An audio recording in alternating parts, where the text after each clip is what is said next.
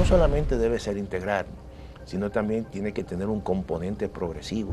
El tributo más regresivo que tiene el sistema tributario dominicano es el ITEVIS. Que esta reforma tiene que ser una reforma que permita realmente al Estado dominicano, durante los próximos 15 o 20 años, no hacer más reformas.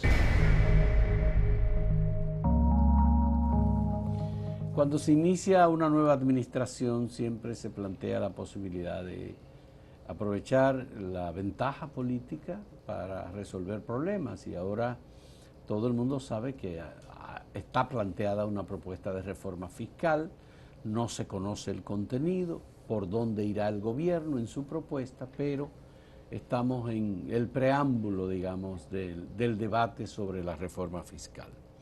Hemos invitado a Antonio Siriaco Cruz, que es economista y el decano de la Facultad de Ciencias Económicas y Sociales de la Universidad Autónoma de Santo Domingo, pero además es un hombre con una gran experiencia en materia de política fiscal y política económica.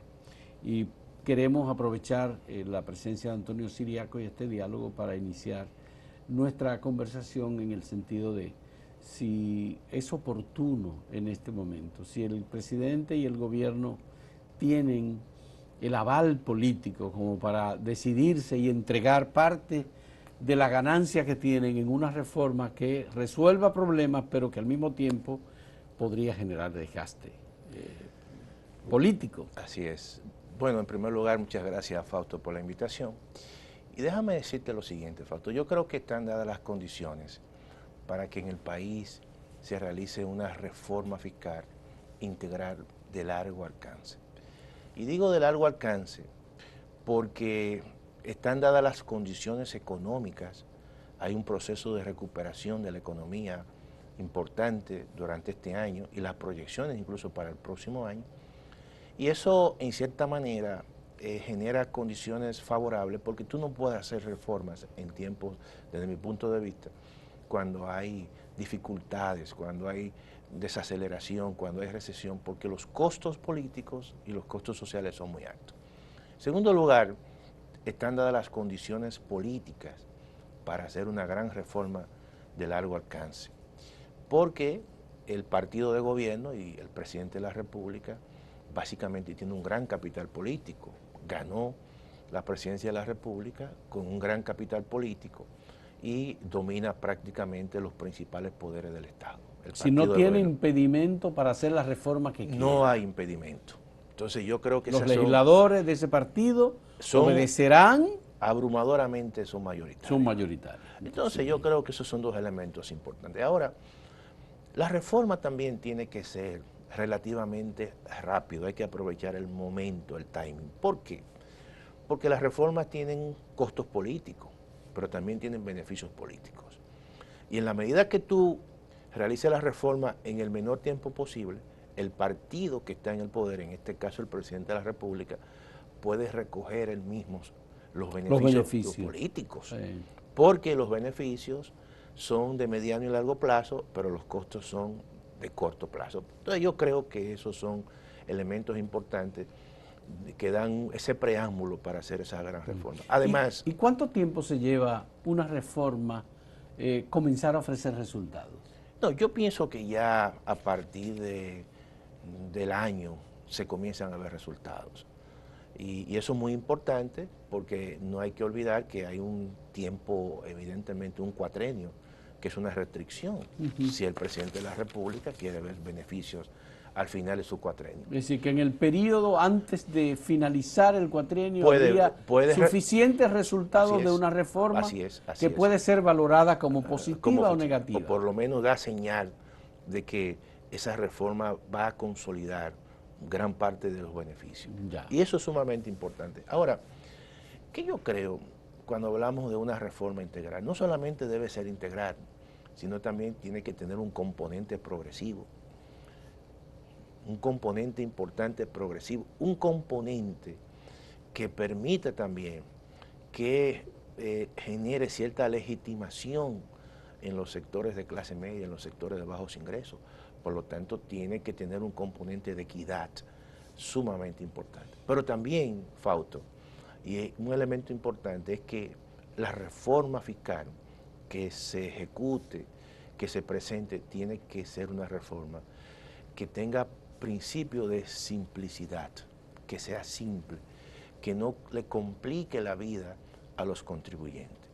Y en ese sentido yo creo que hay una serie de lineamientos que si se aplican se puede recoger todos esos puntos para que la reforma sea una reforma evidentemente integral y de largo alcance y que le permita al Estado tener los recursos suficientes para atender la demanda social. ¿Tú crees que el alejamiento de una gran parte de los actores económicos, sobre todo pequeñas, medianas y microempresas, se debe a la complejidad del sistema tributario dominicano? Yo pienso que es un componente que está presente y me voy a explicar.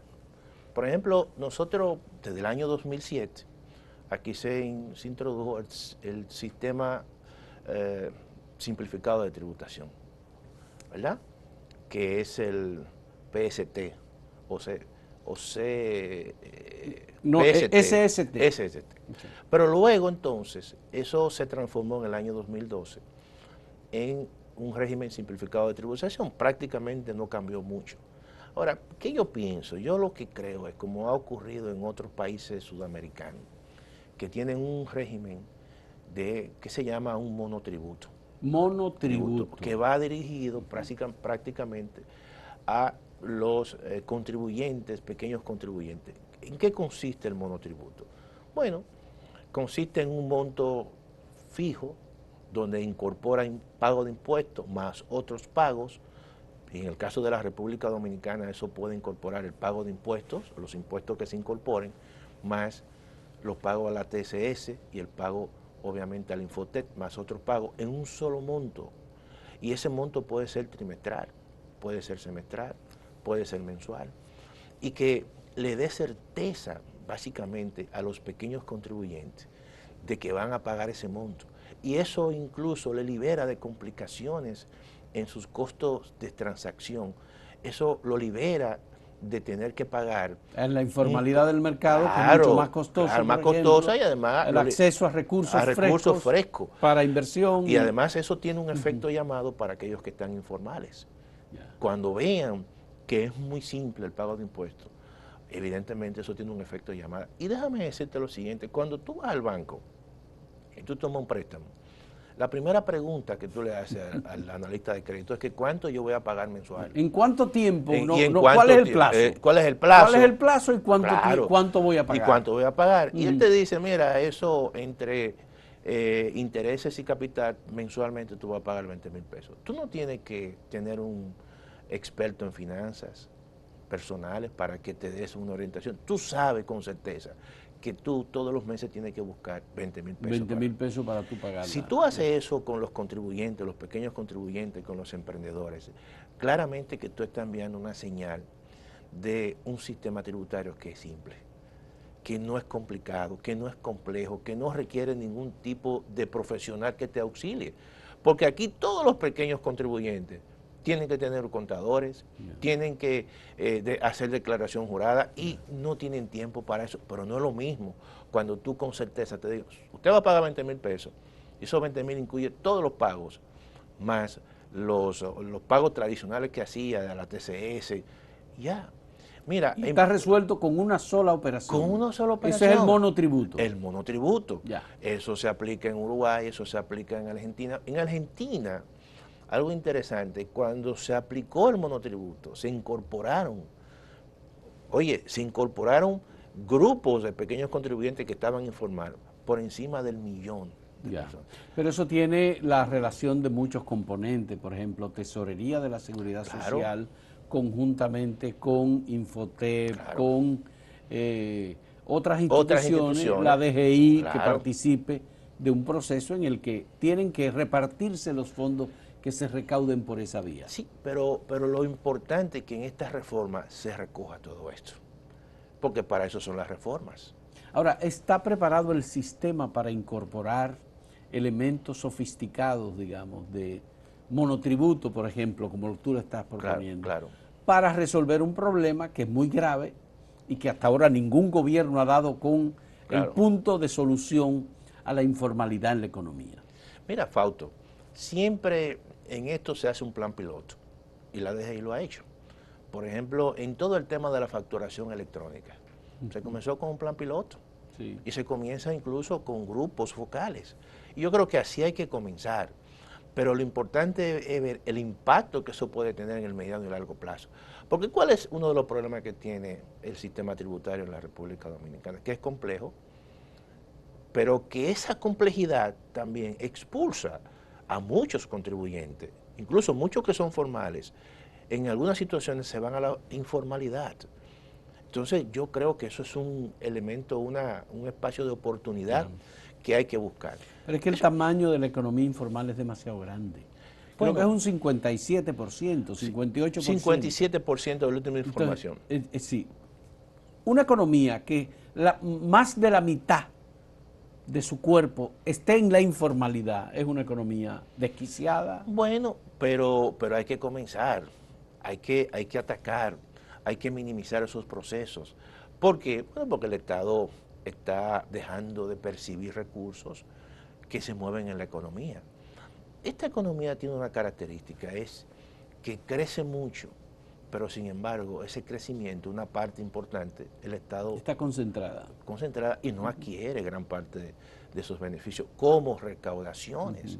Por lo tanto, yo creo que hay que comenzar a hacer ese ejercicio. Otro punto que yo creo que es importante dentro de lo que yo le llamo una reforma integral de largo alcance es el tema de los grandes contribuyentes y de las altas rentas. Yo creo que aquí cuando uno analiza la evasión fiscal, tanto del impuesto sobre la renta de las personas jurídicas y a las personas físicas, lo mismo que el ITEVIS, uno encuentra que por un lado hay una evasión que ronda prácticamente el 65% del impuesto sobre la renta y en el caso del ITEVIS un 45%. Yo creo que aquí también hay que actuar con la intención de minimizar esos efectos. Y creo que el impuesto sobre la renta, en este caso a las personas jurídicas, que es sobre la base de la renta neta, es decir, sus ingresos menos sus gastos, y ese resultado se le aplica el 27%, y que todos sabemos que en ese proceso hay mucha contabilidad creativa, en el sentido. Mucha imaginación. Imaginación. Sí, claro, claro. Y entonces te aparecen con unos gastos ocultos o abultados. Entonces tú dices, bueno, ¿qué está ocurriendo? Entonces sencillamente tú le cambias la figura, en vez de ser sobre la base de la renta neta, de la renta bruta. Tú le pones entonces sobre la base de la renta bruta. Déjame decirte que la OCDE ahora mismo, que está trabajando en poner impuestos global precisamente a aquellas empresas tecnológicas que muchas de ellas se han desplazado y han desplazado su residencia a paraísos fiscales y que, por ejemplo, han dejado de pagarle al Estado, no solamente a los Estados europeos, sino a Estados Unidos, una cantidad impresionante de recursos. Se está buscando precisamente una salida, poniéndole impuestos globales a su renta. Y eso es sumamente importante, que nosotros podamos hacer. Pero eso reduciría significativamente totalmente la evasión fiscal. Claro, claro, eso lo reduce prácticamente a una mínima expresión. Incluso si algunos sectores empresariales se quejan de eso, tú puedes decir, bueno, es un 27, te lo puedo rebajar a un 25, tú puedes negociar eso. Pero yo digo de largo alcance, porque esta reforma tiene que ser una reforma que permita realmente al Estado Dominicano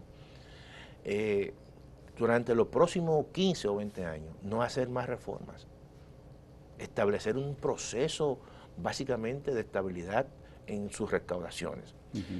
Otro elemento importante. Con esas medidas, tanto la parte de impuestos sobre la renta para los ingresos brutos, correcto, y no sobre el ingreso neto, más la anterior que recomendaste de incorporación del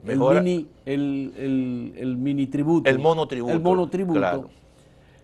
¿Cuánto del Producto Interno Bruto sería aumentado el ingreso del Estado? Mira, eso incluso le puede añadir al Estado Dominicano. Nosotros en la Facultad de Ciencias Económicas y Sociales estamos preparando un documento precisamente para oficialmente.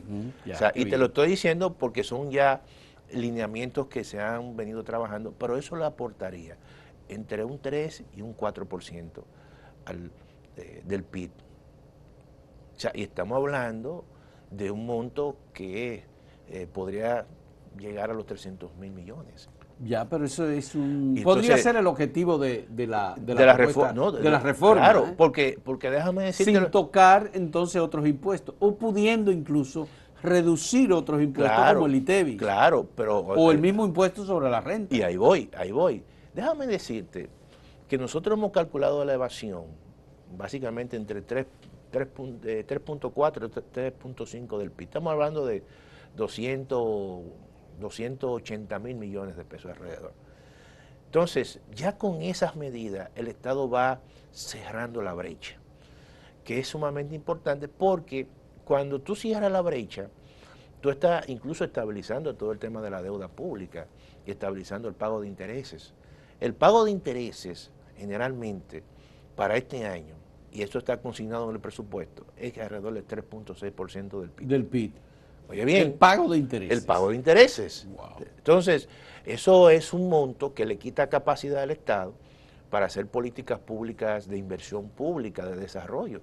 La inversión pública, por ejemplo, en estos momentos, está alrededor del 2.1, 2.2, y lo que se proyecta en el presupuesto es que sea de 2.5. Por lo tanto, nosotros estamos gastando más en pago de intereses que en inversión pública. Y esos son elementos que hay que ponerlo en la mesa de discusión. Otro punto, Fausto, que nosotros, y está en los lineamientos, es la deuda del Banco Central. Yo creo... Ese es el cuasi fiscal. El cuasi fiscal. Yo creo que eso ahora hay que aprovechar y sacarlo del Banco Central, porque eso distorsiona y ha distorsionado la política monetaria. ¿Y cómo se puede sacar esa deuda, ese cuasi fiscal, del Banco Central y llevarlo, por ejemplo, al Ministerio de Hacienda? No, eso es muy simple, sencillamente eso es transferir gran parte de esos recursos. El gobierno le otorgó un bono en el año 2007. Y está la ley de capitalización. Con la ley de recapitalización. Y fue un bono que sencillamente lo emitió el gobierno y se lo entregó al Banco Central, y el Banco Central lo puso como un activo y el gobierno como un pasivo. Y los intereses que se generaban de esos bonos es el gobierno que lo está pagando, consignado en el presupuesto. ¿Y qué ocurre? Claro, el gobierno, por una restricción misma que se puso el gobierno, porque dijo que iba a pagar esos bonos en 10 años, porque el monto era tanto, muy grande, no lo pudo pagar y por eso se han retrasado los pagos. Cuando tú analizas, por ejemplo, y eso es muy importante, el tema de los estados financieros del Banco Central, que aparecen públicamente, siempre te va a aparecer en los pasivos, cuentas por cobrar del Estado, 660.000 millones de pesos. Esos 660.000 millones de pesos es el monto que el Estado le ha dejado de transferir al Banco Central. Al Banco Central por la capitalización. Por la capitalización. Entonces, ¿qué tiene que hacer el banco?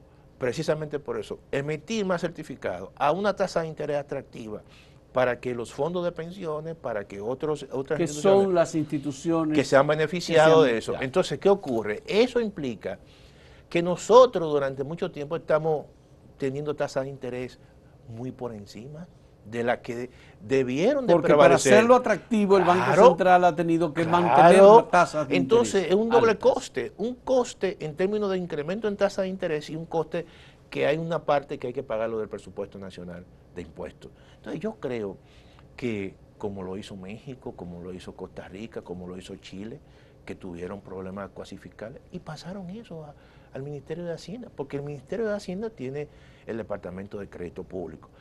Eso hay que discutirlo ahora. Yo creo que por eso es que el presidente de la República tiene una coyuntura especial e importante.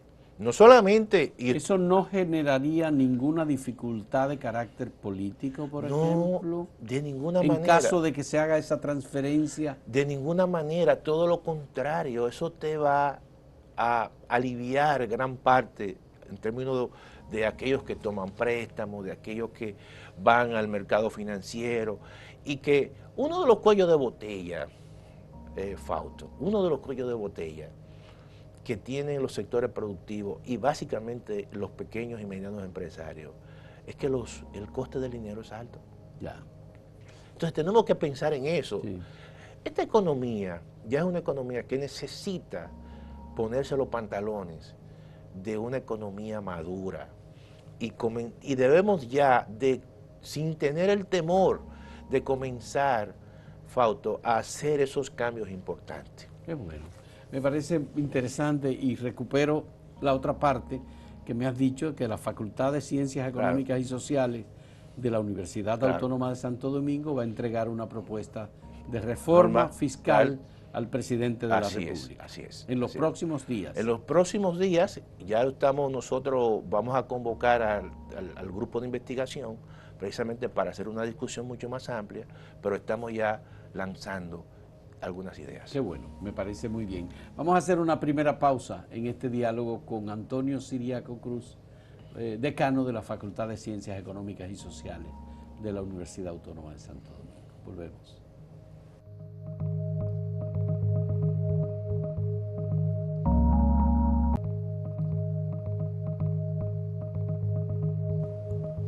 Hemos hablado del impuesto sobre la renta a las personas físicas y a las personas jurídicas. Y Antonio ha tenido algunas recomendaciones en ese sentido, pero el otro tributo, que es el impuesto a la transferencia de bienes industrializados y servicios, ¿qué se puede hacer con él desde el punto de vista tuyo, Antonio, y de la universidad? Mira, nosotros hemos analizado que es el tributo más regresivo que tiene el sistema tributario dominicano, es el ITEVIS. Y su tasa es una de las más altas, no solamente en el país, sino también en todo el... Cuando se compara con la región. Con la región, sí. Estamos hablando de un 18. Entonces yo creo que es un impuesto regresivo, porque incluso sectores de clase media, sectores de bajos ingresos, que lo pagan en términos proporcionales mucho más que aquellos que tienen rentas altas. Entonces yo creo que ahí nosotros vamos a proponer una reducción de la tasa de un 18 a un 14%. Y que muchas exenciones, por ejemplo, gastos tributarios, es muchos decir, sectores, que se ha bajado de un 18 a un 14%. Y que muchos sectores que tienen exenciones del ITEVIS, por ejemplo, en algunos casos, en el caso de los medicamentos, el caso de los alimentos, se mantenga esa exención del 18% del ITEVIS. ¿En medicamentos? Y alimentos. Porque ya hay otros sectores que hay que básicamente quitarle las exenciones del ITEVIS porque son sectores maduros. Ya. Son sectores que se han desarrollado. El turismo, por ejemplo. El turismo, por poner un ejemplo, es un sector maduro.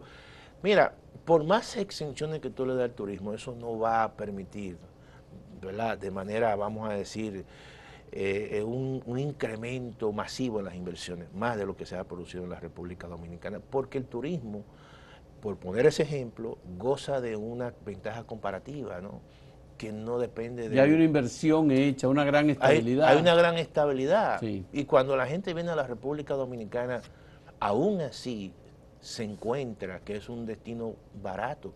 ¿Tú sabes por qué? No es porque está exento de ITEVIS, o está exento del IPI, o está exento del impuesto sobre la renta. Es porque el tipo de cambio es atractivo. No. Entonces, el tipo de cambio, que es la variable clave para los sectores que están en el exterior, es lo que permite, evidentemente, darle lo hace barato el destino de la República Dominicana. Por ejemplo, si tú vas en estos momentos a México, te vas a encontrar que México hoy en día está costoso, porque en México ha habido un proceso importante de apreciación del peso mexicano, y ahora ellos le llaman el superpeso, porque ha entrado una cantidad impresionante de inversión extranjera de los Estados Unidos, y eso ha venido apreciando el peso. De manera que el tipo de cambio es la variable fundamental para los sectores que están orientados y no las exenciones fiscales. Eso pudo haber sido en momentos, vamos a decir, de una industria naciente, pero ya es una industria madura. Y por tanto, entendemos nosotros que ese tipo de sectores no necesitan ya más exenciones. ¿Y no habría posibilidad de una desestabilización en el sector turístico si se eliminan las exenciones? No, de ninguna manera. O sea, la competitividad del sector turismo está más vinculada básicamente al tipo de al cambio. tipo de cambio. Bien. ¿Y qué pasaría con las zonas francas? Mira, el caso de las zonas francas, nosotros hasta ahora no tenemos un planteamiento. Es un sector con mucho cuidado, porque es un sector muy expenso a una competencia internacional que sí depende mucho de los incentivos. Y entonces los países de la región compiten por incentivos, y eso es un tema que hay que tratarlo con mucho cuidado. Yo lo que creo es que en el caso de las zonas francas debe haber una especie de reestructuración y que los incentivos sean mayores, vamos a decir, a partir del tipo de industria que tú quieres de ahora en adelante. Nosotros tenemos que fomentar industrias a través de zonas francas con mayor contenido tecnológico. Debemos de aprovechar todo el tema del nearshoring, el friendshoring, ¿no?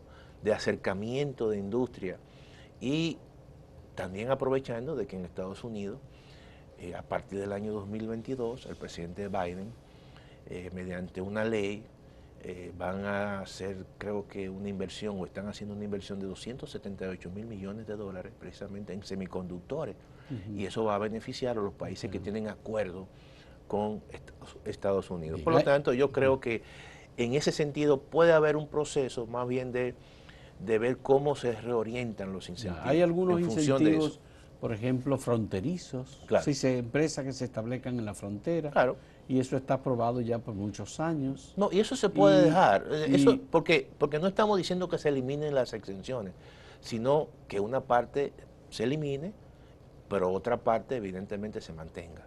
Ya. En el caso de la frontera, Y en aquí el no caso de te la parece frontera, que no hay ahí no ninguna, hay ningún tipo de... pese a las distorsiones y las denuncias de grupos empresariales. Yo creo sobre que no. eso. Yo creo que hay que mantener siempre cierto incentivo a la frontera, porque la frontera está despoblada.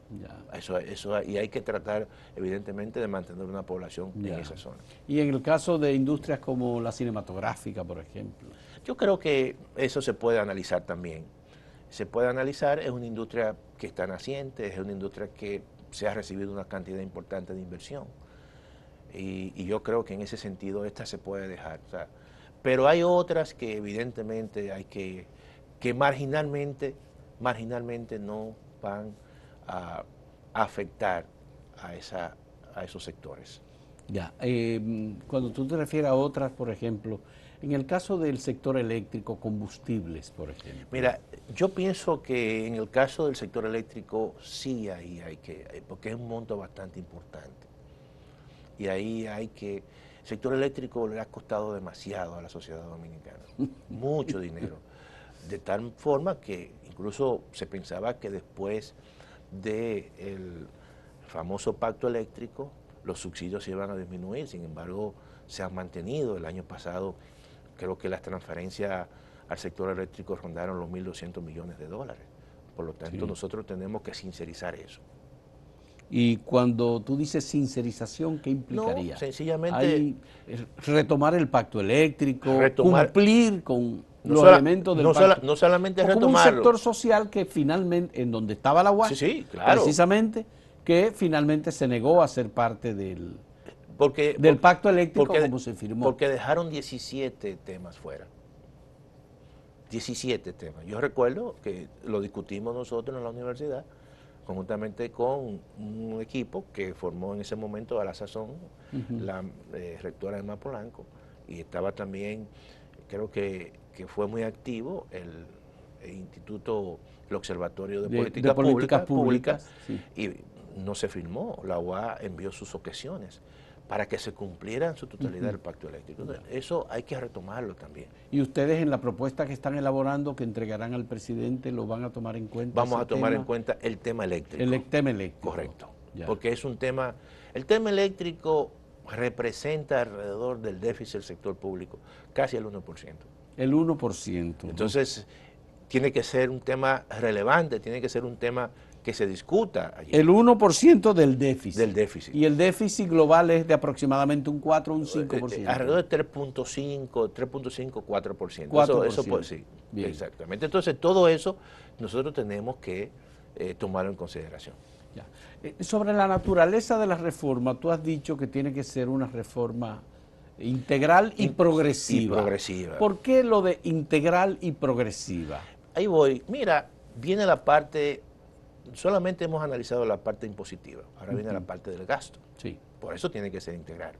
Entonces yo creo que también el Estado tiene que asumir sus responsabilidades. Y ya lo ha venido haciendo. Incluso el mismo presidente de la República ha hecho algunos avances y ha dicho, mira, ya hemos reordenado una parte de la... Ha aumentado mucho el gasto en política social, por ejemplo. Pero nosotros tenemos, evidentemente, que plasmar eso en una reforma. Entonces yo creo, y en una ley de responsabilidad fiscal, que yo planteo y que nosotros planteamos como parte del lado del gasto, establecer una ley de responsabilidad fiscal sobre la base de reglas fiscales. Cuando yo digo de reglas fiscales, las reglas fiscales de una forma u otra son más flexibles que cuando tú les planteas una ley de responsabilidad fiscal que trata de ponerle una especie de bozar al gasto público. Al gasto público no se le puede poner un bozar, y mucho más en tiempos donde hay mucha incertidumbre. Se ha reducido el gasto público en la administración, incluso en un año electoral como el 2024. Este año, ahí hay que decirlo, este año, cuando tú analizas la ejecución presupuestaria, los primeros 4 meses, antes de las elecciones, el déficit, incluso ejecutado, financiero, fue menos del 1%.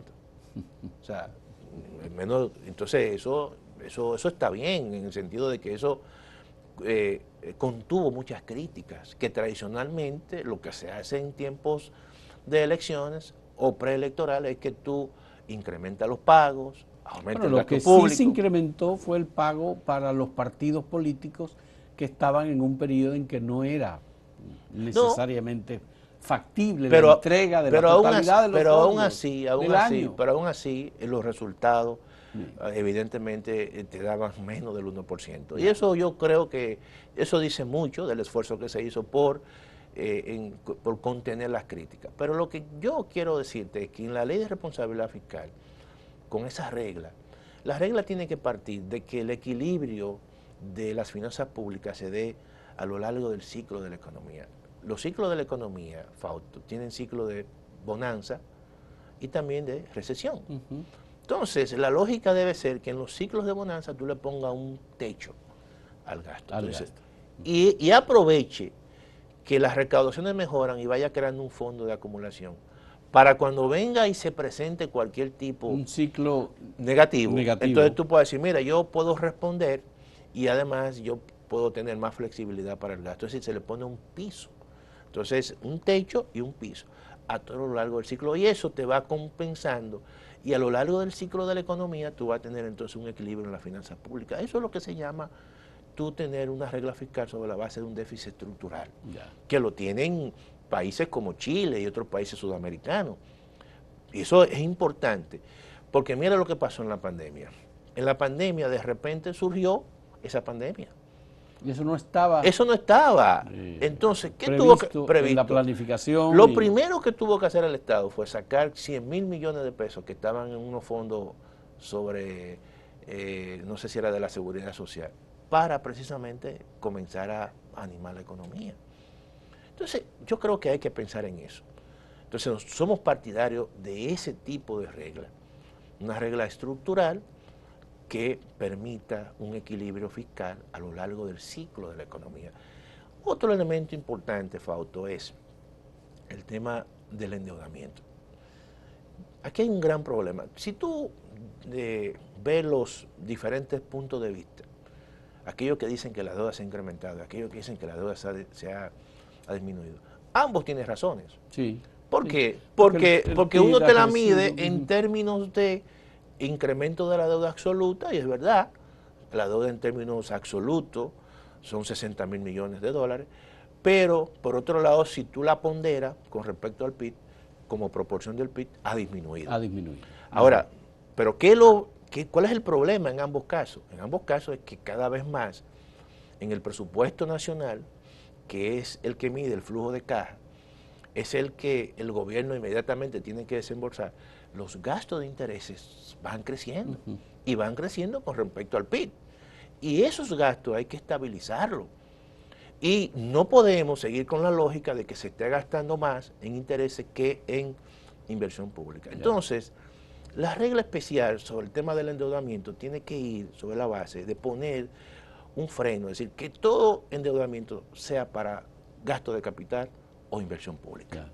Y yo creo que con eso tú puedes establecer una reforma, no solamente que sea progresiva, como alguien dijo, que le toque a los más ricos, pero que también...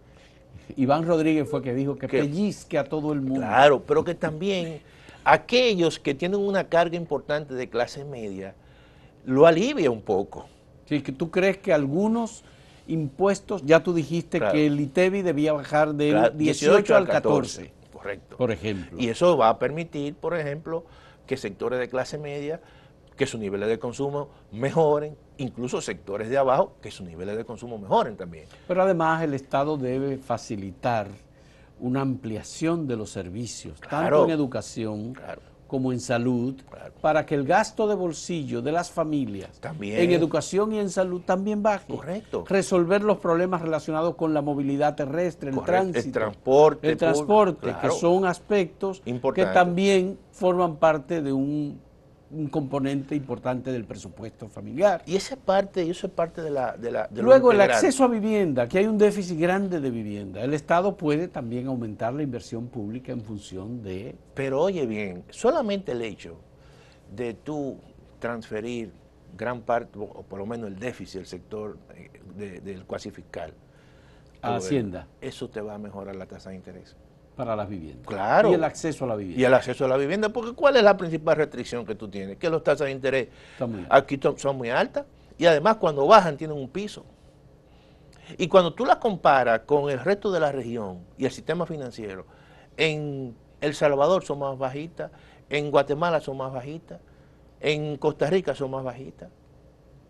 ¿Por qué? Porque hay un tema que el Banco Central está lidiando, que le está distorsionando realmente su política monetaria. Y eso va a permitir mucho más actividad económica porque el coste del dinero va a disminuir. Ya. Hay una expresión que dijo la Asociación Nacional, la Asociación de Industrias de República Dominicana, que para una reforma fiscal que se esté planificando, el presidente tiene que pensarlo muy bien porque no debe apagar los motores de la industria. ¿Cómo se apagan los motores de la industria por parte de decisiones que tome el gobierno? No, yo lo que creo... Mejorando la capacidad de la administración tributaria para cobrar impuestos no pagados. No, pero yo lo que creo es lo siguiente. Tú sabes que los sectores aquí, y no solamente el sector de la industria hizo algún tipo de señalamiento, también lo hizo el sector básicamente financiero también lo dijo, que paga un 22%. Hay diferencias muy claras. Claro, ellos asumen y dicen eso porque es cierto. Cuando tú analizas la presión tributaria por sectores, el sector financiero tiene una presión de un 22 y el sector manufacturero tiene una presión de un 21. Ahí está alcoholes, tabaco. Claro. ¿verdad? Entonces, hay algunos productos dentro de esos sectores que tienen ya impuestos muy altos. Ahí está el tema de las telecomunicaciones, que también es un componente importante. Es un componente, entonces ellos dicen, mira, más impuestos a este sector, lo que podría traer es una especie no de incremento recaudatorio, sino una disminución en las recaudaciones, por un tema evidentemente de que se da en economía, que cuando tú saturas básicamente de pagos o de impuestos a un sector, entonces eso hace que la demanda caiga y como consecuencia entonces las recaudaciones que recibe el gobierno son menores. Entonces yo creo que eso también se debe discutir, por eso nosotros estamos planteando una reforma que no se concentre en un sector o en otro sector, sino que sea integral y que le permita al Estado Dominicano tener los recursos suficientes, porque también el Estado Dominicano tiene que, con esos recursos, establecer un plan, incrementar su inversión. Cuando tú incrementas la inversión, eso te va también a conectar con el sector privado, pero también el tema, como te he indicado, de las tasas de interés. Tasas de interés más bajas con respecto a lo que pueda ocurrir con la deuda del Banco Central. Eso va a favorecer a los sectores manufactureros, porque muchos de ellos también trabajan de manera muy apalancada. ¿Y sería la compensación que tú entiendes que esta reforma integral y progresiva ofrecería a los sectores de clase media?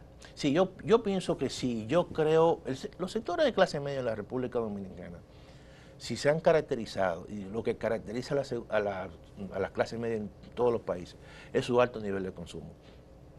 Y eso yo creo que le alivia y mejora incluso todo el tema de la demanda que se pueda generar en una economía. Aquí hay una clase media que ha venido fortaleciéndose. Fortaleciéndose. Eso, sí. por ejemplo, se puede ver cuando hay alguna celebración, el Día de las Madres, los restaurantes están llenos. Los espectáculos que artistas, alguna vez uno dice, fulano vino aquí, yo ni lo he visto ni en tal sitio, y vienen a la República Dominicana. Sí. Y tú ves realmente esos salones llenos. Entonces, todo eso implica generalmente que hay una clase media importante en la República Dominicana. ¿Y cómo ayudaríamos a los sectores de la población mayoritaria de la sociedad dominicana con el tema de la deuda social que tiene el país? Yo pienso que los sectores más pobres. Yo pienso que mejorar los servicios públicos es una condición sine qua non para tú mejorar los bolsillos de esa gente. Por ejemplo, cuando tú sigues invirtiendo en mejoría del transporte en la República Dominicana, tú le estás quitando le está aliviando gran parte de sus gastos. Te voy a decir lo siguiente, ¿por qué la reforma fiscal debe ser prioridad? Porque es la madre de las demás reformas. Cuando tú hablas de que tú le quieres mejorar la salud a los sectores de bajos ingresos, incrementando, por poner un ejemplo, la atención primaria, pero ¿cuánto cuesta la atención primaria? 20.000 millones, 21.000 millones. Sí. ¿Tiene los recursos del Estado? No lo tiene. Sí. Necesita precisamente una reforma fiscal. Y cuando tú en el componente de pensiones también quieres mejorar y dar pensiones, en este caso, o especiales, o como tú le llames, a los servidores del Estado, tú también tienes que tener recursos. Entonces yo creo que con una reforma fiscal integral, tú reúnes los recursos suficientes para mejorar los servicios públicos, para incrementar los programas sociales. Por eso tú entiendes que la reforma fiscal es la madre de las demás reformas. Así es. Muy bien. Vamos a hacer una última pausa en este diálogo con Antonio Siriaco Cruz, decano de la Facultad de Economía de la Universidad Autónoma de Santo Domingo. Volvemos.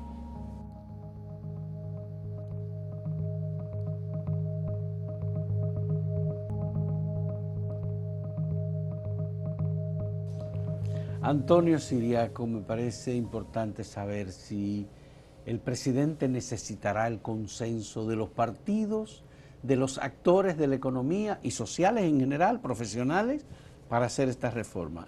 Mira, Fausto, yo pienso que lo primero es ser prudente.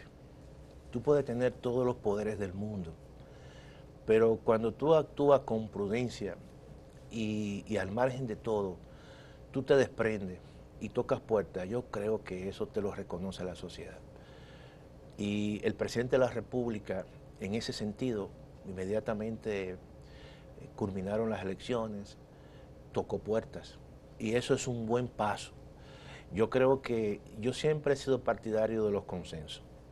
Yo creo que en una sociedad democrática, en una sociedad donde precisamente una parte importante de sus ciudadanos se han empoderado, tú tienes que escucharlo. Ya esos años de manera de establecer reformas unilaterales, que tú puedes decir, bueno, eso funcionó, pero la sociedad dominicana es diferente. La sociedad dominicana de hoy no es la sociedad cuando estaban los tres grandes líderes. Pero el presidente Luis Abinader está obligado a gobernar. Sí, está obligado a gobernar, pero también está obligado a escuchar. Y eso es sumamente importante. Sí, pero él tiene el consenso de la sociedad que le dio el voto mayoritario para la Cámara de Diputados, para el Senado. Son 29 senadores. Sí, está bien. Y 145 diputados. Está bien, pero siempre es importante cuando se va a tomar una decisión Una decisión que la población no la sabe todavía. La población habla de reforma fiscal. Bien, pero el consenso es necesario por prudencia, no, como tú dices. El consenso es necesario por prudencia. Ese es mi planteamiento. Ya. Pero evidentemente también él tiene que actuar y no puede perder la oportunidad. Siempre es importante, y yo lo he dicho, que el ciudadano sepa, que el ciudadano pueda opinar, que los sectores puedan opinar, que luego entonces que no se diga que no se le explicó a la población. Entonces, eso es lo que sencillamente yo creo que debe hacer. Pero tú dijiste hace un momento que el presidente debía actuar rápido. Claro. Porque la manera de obtener resultados pero el hecho en la nueva administración. Pero el hecho que actúe rápido no significa que no toques puertas. Mira, una vez un profesor mexicano me dijo y me preguntó por qué los asiáticos habían llegado primero al desarrollo que los latinoamericanos. Y después me respondió y me dijo, lo que ocurre es que la cosmovisión del asiático es hacerlo todo a la vez, atacar todo a la vez. Y ahora el presidente de la República tiene esa oportunidad. El hecho de que actúe rápido no significa que también actúe todo a la vez y que toque las puertas y que presente. Pero, como dicen, a Dios rogando, pero con el mazo ahí. Y hay que ir. Pero tú crees que los partidos políticos, ya incluso hubo un político, expresidente de la República 3 veces, Leonel Fernández, que suspendió, dijo, yo no me voy a reunir ahora con el presidente. Pero eso no significa que el presidente se detenga. Ya cumplió y lo puede convocar. Pero en cualquier momento, y eso lo tiene que hacer, evidentemente el gobierno, tiene que presentar su propuesta. Tiene que presentar su propuesta. Y eso no se va a detener. Y que el hecho de que el expresidente Leonel Fernández quizás haya pospuesto esa reunión no significa que el programa y el cronograma que tenga el gobierno detenga ese proceso. Yo creo que no. Yo creo que sencillamente está haciendo lo que tiene que hacer. Lo primero, convocar a las fuerzas más importantes, mayoritarias, anunciarle, el que no quiera, bueno, ya eso es su problema. Pero lo que sí te digo es que eso no se puede detener y que él tiene que actuar como hacen los asiáticos, enfocar todo a la vez, ir avanzando sin detenerse. Eso es una decisión política individual del presidente de la República, claro, por supuesto. Claro. Sin embargo, él tiene que rodearse de un equipo de gente en el área económica, Ministerio de Economía, Banco Central, Hacienda, DGI, DGA, todo eso. Dirección General de Impuestos Internos, Dirección de Aduana. ¿Tú crees que el equipo que hay ahora puede hacer eso o tendría que cambiar en una nueva administración ese equipo y fortalecerlo en algún sentido? Bueno, ya esa es la decisión del señor presidente, pero yo lo que creo es que ya hay todo un camino que se ha recorrido. Ya. Aquí hay muchos documentos de reformas, aquí hay muchas incluso posiciones que se han presentado de muchos sectores y el mismo gobierno incluso preparó un documento en el año 2021. Todo eso ya... Eso se recogió y se guardó. No, no, está bien, pero todo eso ya es un proceso que tú tienes de experiencia, que te permite con lo que hay, con los funcionarios que hay, retomar eso y presentar quizás cambios importantes, pero ya no hay que esperar mucho. No podemos decir que se va a llevar tiempo hacer una reforma, construir los lineamientos, ver el documento. No, ya aquí hay una cantidad importante. Con toda la información que existe, ¿se pueden hacer simulaciones de reformas y de aspectos de la reforma con resultados, sus efectos potenciales? Sí. Ya hoy en economía, con todo el adelanto y la incorporación de la ciencia de los datos, la informática, los software, tú puedes hacer simulaciones y ver los impactos a nivel sectorial. Por ejemplo, por grupos sociales. Si bajamos el ITEVIS del 18 al 14. Eso se puede ver. Y nosotros... Y eso se puede ver. Claro, y nosotros... ¿Cómo opera? ¿Cómo opera? Nosotros lo vamos a presentar.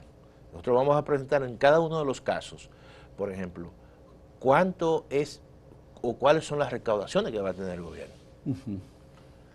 Porque tan simple como eso. El dato que te he dado sobre el tema de de la evasión fiscal. Es un dato que nosotros lo calculamos Por simulaciones. por simulaciones, Ya.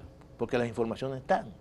Si hay algo que aquí se ha progresado bastante es que las instituciones, y mucho más del área Tú me dijiste que la evasión fiscal es de un 3.5 del PIB. del PIB. Sí, sí, ya. Un punto del PIB son 74.000 millones. Claro, así es. Ya. Por ejemplo, tenemos que el PIB hoy en Son día 200.000 7.5 billones. Ya, perfecto. Ese es el PIB proyectado para el año 2024. Ya. Entonces, ya con las informaciones que tienen las instituciones, su base de datos, Banco Central, la DGI, que tienen páginas que tienen una cantidad inmensa de informaciones, es más, que son subutilizadas.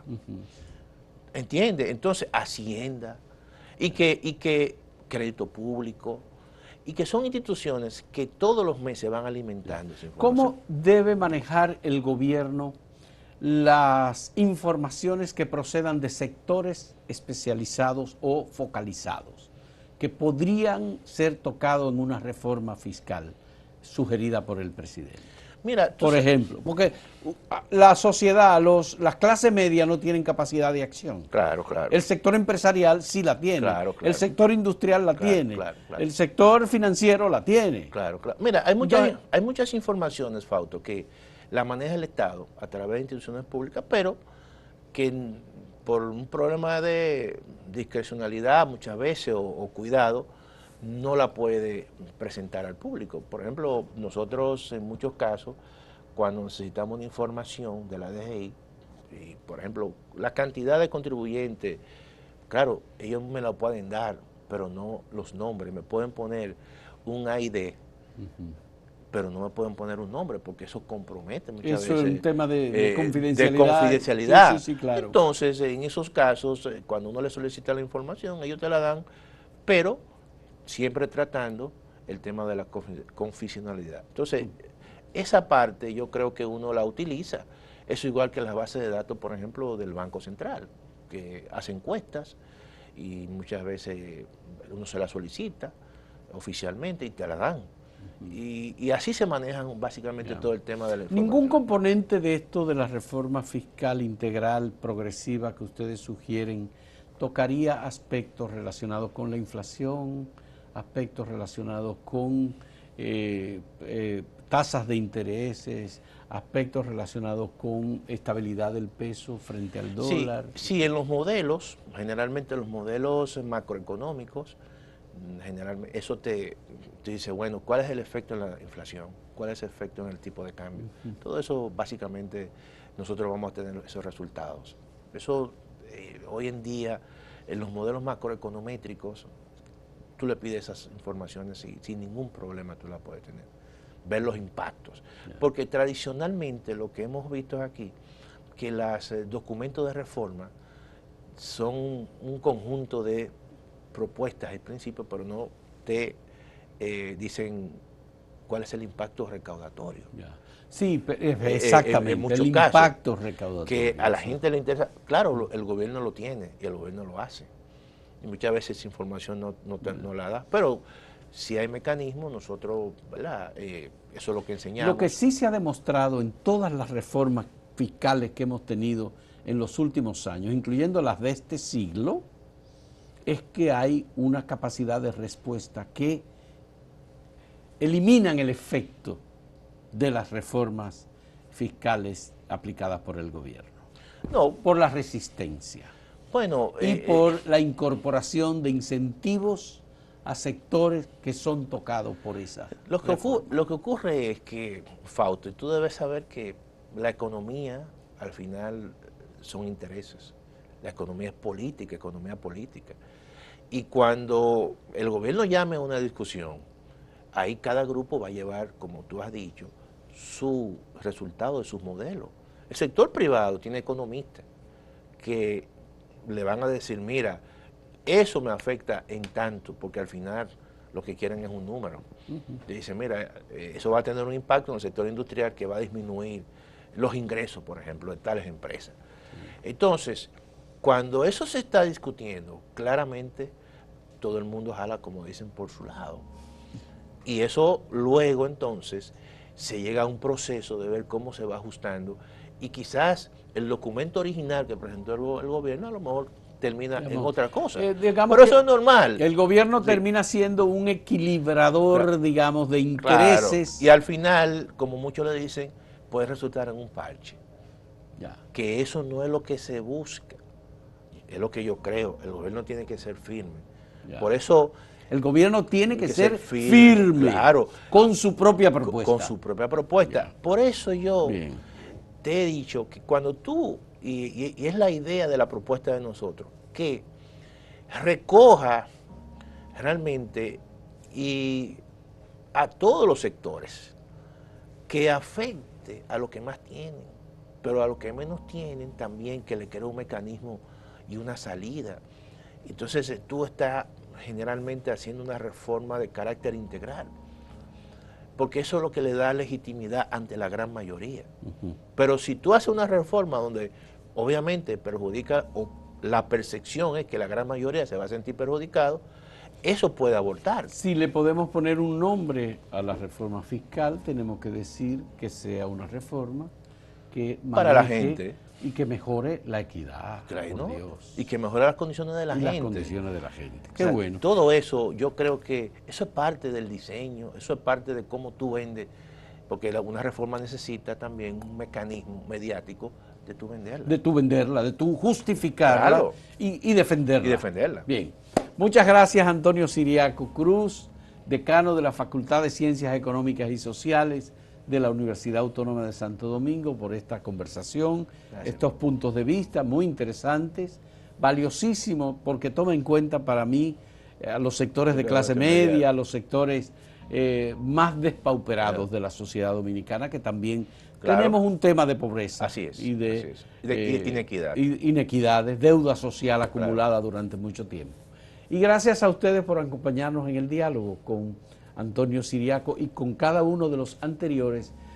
Vamos a continuar esta semana, la próxima semana, con nuevos economistas que van a venir a hablar de estos temas, con gran experiencia, precisamente. Hasta luego.